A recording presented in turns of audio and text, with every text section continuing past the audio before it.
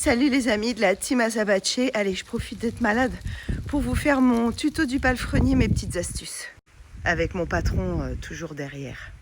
Aujourd'hui, on va parler des glands, tu sais, les glands qui tombent des arbres. Je ne te parle pas de ceux qui sont à l'Assemblée nationale. Et je vais te donner une petite astuce. Alors, sais-tu pourquoi le gland intoxique ton cheval ? Principalement le gland qui est vert et qui vient de tomber des arbres. Ce qu'on a eu cette année à cause des chocs hydriques, les arbres ont lâché leur gland beaucoup plus tôt que prévu. Eh bien, c'est le tanin qui est dans le gland. Et le tanin est très puissant lorsqu'il est dans le gland vert, beaucoup plus que lorsqu'il est dans un gland qui est de couleur foncée.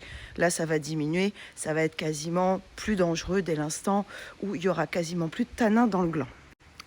Le tanin du gland va se mélanger à la protéine que le cheval va consommer. Je ne te parle pas de la protéine de son sang, mais c'est en s'alliant à cette protéine qu'il va générer des douleurs, des coliques et des gros problèmes d'intoxication, voire ça peut conduire jusqu'à la mort du cheval, bien entendu. Alors les astuces que j'ai pour l'instant, et c'est pas dit que ça va durer encore des millénaires, mais voilà, ça fait 4 ans que mes chevaux sont dans le même pré et il y a des arbres tout autour, dont malheureusement des chênes que je ne peux pas abattre. Et si je réduis mon pré à 1 hectare au lieu des 4, parce que oui, c'est ce qui va rester si vraiment j'enlève les talus et les chênes, eh bien, ça ne vaudra plus le coup non plus d'avoir un espace vert. Donc déjà, pendant la période où les glands vont tomber verts, je vais réduire la part de protéines dans l'alimentation de mes chevaux. Ce qui indique que dans les compléments que je vais donner, il y aura des protéines qui seront inférieures à 12%. Et si d'ailleurs on peut éviter de complémenter les chevaux à ce moment-là, c'est encore mieux. Malheureusement, je suis en centre-Bretagne, l'herbe n'est pas toujours très grasse.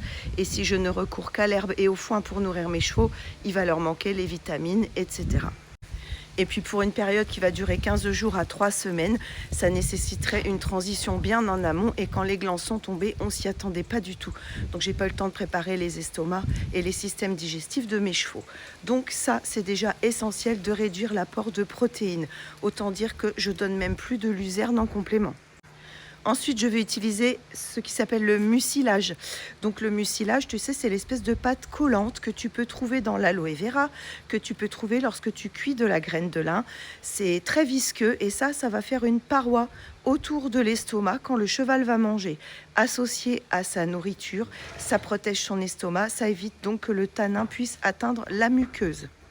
J'ai mouliné de la graine de lin parce que je ne la donne pas en entier, sinon l'organisme du cheval ne la digérera pas forcément. Et je la mélange à raison d'à peu près 150 grammes par jour à 200 grammes par jour de graines de lin sèches par cheval. Donc je le répartis sur mes rations. Là, je donne 2 rations par jour, donc je coupe en 2 et je donne à chaque cheval cela. Si tu n'as pas la possibilité avec de la graine de lin, tu peux essayer avec l'aloe vera. Voilà, donc quand on a déjà compris ces 2 principes-là, il y a aussi le fait que le cheval ne doit pas mourir de faim non plus. Forcément, un cheval qui n'a plus rien à bouffer, il va se jeter sur les glands. C'est évident, il va se jeter sur les plantes toxiques.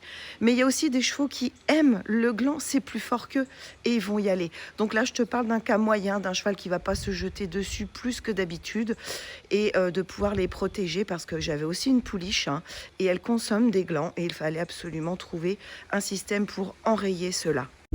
Encore une fois, au premier signe, je t'encourage à appeler immédiatement ton vétérinaire parce que ce sont des morts qui vont très très vite. Si tu le peux, isole tes chevaux de tous ces types d'arbres-là, bien entendu. Mais parfois, comme ici, c'est pas possible. Donc sur ce, si tu as des astuces, toi, n'hésite pas à les donner. Je te fais des gros bisous et à bientôt. Bien sûr, ceci n'est que mon retour d'expérience. Ça ne considère pas du tout un avis vétérinaire scientifique.